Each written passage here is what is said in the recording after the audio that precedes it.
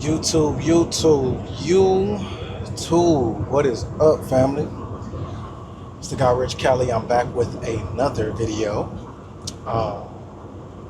Before we jump into this one, y'all make sure y'all hit that like button, that subscribe button, and that notification button so y'all can be notified when I drop another video. I think I'm gonna be able to get more consistent with dropping videos just because of the way things are going right now. So y'all make sure y'all do me a favor and hit that support button. That S stands for support, not subscribe. But anyway, man, yeah, I'm headed right now to pick up my third load. Now we are getting the ball rolling. You know, I said I wanted to get miles. I want to make sure I got my miles. I want to make sure I was, staying busy, staying moving, staying active, running my clock efficiently and effectively. And it's starting to play out like that, man. I got another load that's about 600, 700 miles. I pick up today. I got one stop tomorrow, which means that's a little bit of extra change. I think they said it's $25 per stop. So we got an extra stop in front of this load. So I think that's like an extra $25 or so. That's gonna do us justice, you know what I'm saying? We're picking up for Budweiser, if I'm not mistaken. So we're gonna see what this is hitting for, man. We got pickup here at noon or a little bit after noon. And then we got our stop tonight, and then our final delivery tomorrow, or actually, not tomorrow, but the day after tomorrow. So, and it's an early morning delivery if I do everything right. If all goes as planned, I'm gonna be looking at my trip while I'm getting fuel. I'll see where I need to stop so I can be able to deliver at stop 1 in the middle of the night because it's due at 12 o'clock. So I'll stop, look at my plan, find out how I got to get there by 12 o'clock tonight, or be available to deliver by 12 o'clock tonight, and continue to push miles so I can get to the load the next day on time. So it looked like it's coming together, man. We're starting to get some. We're going from South Carolina back through Atlanta, Georgia, and then up to Tennessee. So I just want y'all to get a little bit of the view, take y'all on this journey with me. Y'all stay tuned, man.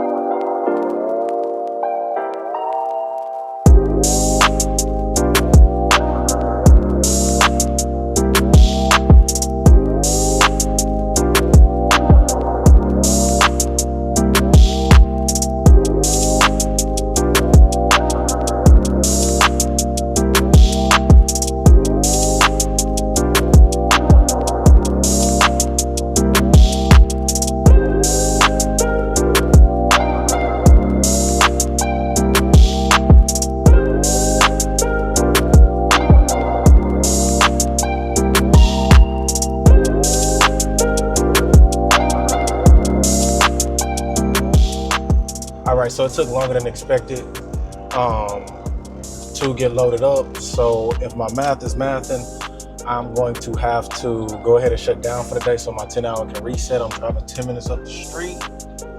In that 10 minutes, I'm gonna go sit down and do my reset.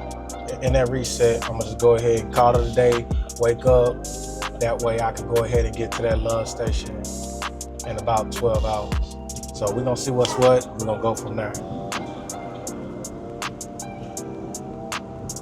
All right, so we are headed up and out to Tennessee. Let me tell y'all a little story, man,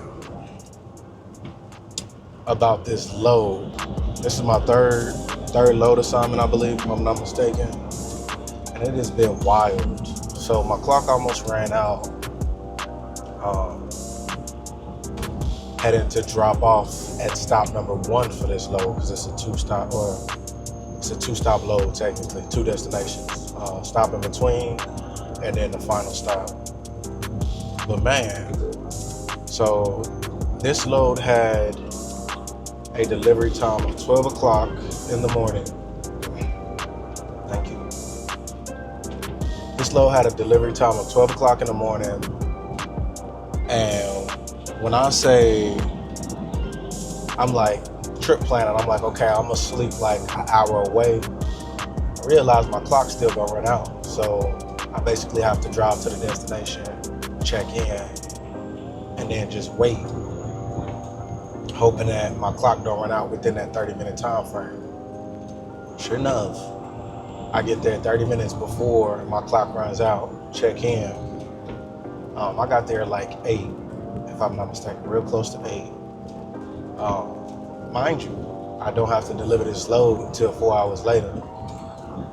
So here I am, checked in at 8 o'clock. Clock about ran out. And I'm not supposed to be sitting until 12 o'clock in the morning. So I'm like, man, maybe I shouldn't have taken this load. But oh well, I did. Took it, waited. I get checked in. I get called in. I go to sleep. I actually missed my first. They called me 3 times because I had went in the back and laid down for a quick second. It was maybe like an hour I had laid down, and within that hour they had called me 3 times. It was twice back to back because my phone was on sleep, just out of habit. But yeah, I answered the phone call. Well, I called them back like 20 minutes later. It was like, go to Dock 20. I went in. When I say it was tight, it was tight. Somebody had to help me back in, and I'm not ashamed to say it. Like it was bad, man. I mean, I did like 4 pull-ups, and then I did like 4 or 5 little mini corrections because it was a tight space. And I was trying to make sure I didn't hit nothing. I was trying to make sure I wasn't messing up. So yeah, man, I pull in. I go take my paperwork up there. I go back to sleep. I get a text message, hey, your load is ready. I go in. Dude, rude as hell. Like I know I don't have no social skills. But this dude was rude as hell. Just to tell me I gotta wait for them to call me. I'm like, well, I just got a text message. It's like, nah, we ain't call you. So I'm like, all right. Went back to my truck, tried to go back to sleep, but now I'm kind of pissed off because of how rude this dude was. I'm sorry to say this, but I would never move to Atlanta. I'll never move to Atlanta. The way they drive out here is crazy. Like, everybody act like they can't let anybody in. Everybody act like they fast and furious, weaving in and out of traffic just to get 1, maybe 2 cars ahead of the next if they lucky. Like, I thought people in Texas, especially Dallas and Houston, couldn't drive. But in Austin, nah, out in Atlanta, it's a bunch of weaving in and out of traffic while going 30 miles an hour, maybe 40 miles an hour to potentially, just like that, just to potentially cause an accident. So, I mean, it's been an extremely wild learning curve. So back to this first stop. I get to the first stop, dude rude, I go back to sleep. He calls me at like, mind you, I got there at 8 or so. They didn't start unloading me until like 9:30, maybe 10. It took them almost 4 or 5 hours to get me out of there. I'm not tripping because my clock was on a reset. So it took them like 4 or 5 hours to get me out of there. Right? Dude finally called me, hey, your load's ready. I need you to pay your lumper. Pay a lumper? What is it? Like when I say I was stuck, I'm asleep, or halfway asleep, listening to this dude give me directions.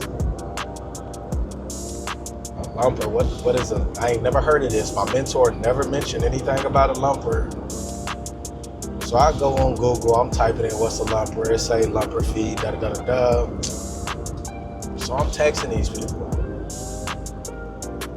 They send me a notification, hey, you've been there for 4 hours, what's going on? So I'm messaging back. I have to pay a lumper. They message me back, well, submit a macro, whatever. Like, I don't know what that is. I've never done that. Please contact me. They continue to text me instead of calling me. If I'm telling you, and this is where my frustration sets in as a rookie driver for this company, or for any company at that matter, for what I'm seeing, for any company at that matter. Like if I'm telling you I don't know this information, instead of texting me instructions, it would probably be best to call. Luckily enough for me, I'm halfway asleep still.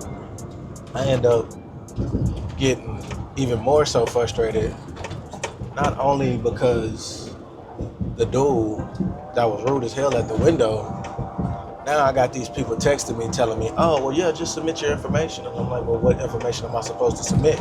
Where am I supposed to get this information? Asking all of these questions through text message and having to wait 20, 30 minutes for a response. So finally, somebody messaged me back, hey, boss, this is the information. Still is not all the information. But I look at it, still halfway asleep, still frustrated. Look at it. So I'm just saying, hey, go back to that text message, you guys. So I went back to that text message, read it all the way through, and say, pay here. Okay, click the link. Link takes me through all of that stuff. So that link plus all of the information that the dispatchers had texted me finally starts clicking. So I'm like, oh, this must be what I have to do. So then I look at it and say, oh, you gotta submit a check. I got blank checks for Swift to pay out lumper fees, but I don't know how to fill this mess out. I've never been trained on any of this information, so I'm still confused as what I'm supposed to do. Sure enough, I continue to go through it. They say, hey, you can pay by credit card. Swift finally sends me a confirmation saying, hey, we're going to cover, or we're going to send you the advance for a lumper fee. Basically, I had to submit the information to them, how much it costs. They send me the advance. They load it on my card. I go back to the app because everything is paperless now. I go back to the website because everything is paperless now. The link that they sent me. Boom, I submit. They say, hey, you can pay by credit card. I put my com data information in. Boom, it goes through. I'm like, that's all it was? Like, that's something that as a rookie driver on the road, I feel like should be taught in a training class. Should be gone over to include all of the other information we have to know. Because I was literally about to just sit there until my dispatcher came in this morning and just call him and be like, hey, I don't know what this is. I'm not trying to mess nothing up. I'm not trying to get charged for anything I don't know about or have to pay for anything I don't know about. Like, I literally had told myself, like, right before I checked that link, I was like, yo, screw it. I'm going to just wait until my dispatcher come in. Luckily enough, I was somewhat smart enough to kind of put two and two together and get the job done. I ended up sitting there for almost 6 hours between load, unload, and trying to pay out to get out. So I mean, as a rookie driver, man, this is a lot of information you gotta learn that these companies are not gonna tell you about, or they're not gonna train you on properly, or they might train you on it properly. But I kind of understand why places like, I think it's Prom, if I'm not mistaken, their training period is longer than 4 weeks. And I understand why.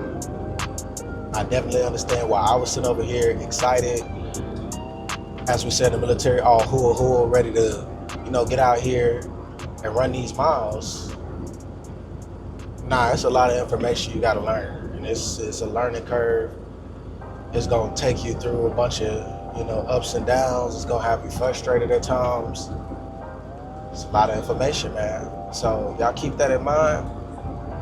Make sure y'all comment. Give me whatever tips y'all got. All of my vet drivers, even some of the rookie drivers that's been in the game a little bit longer than me. Y'all shoot me y'all information, man. Y'all comment.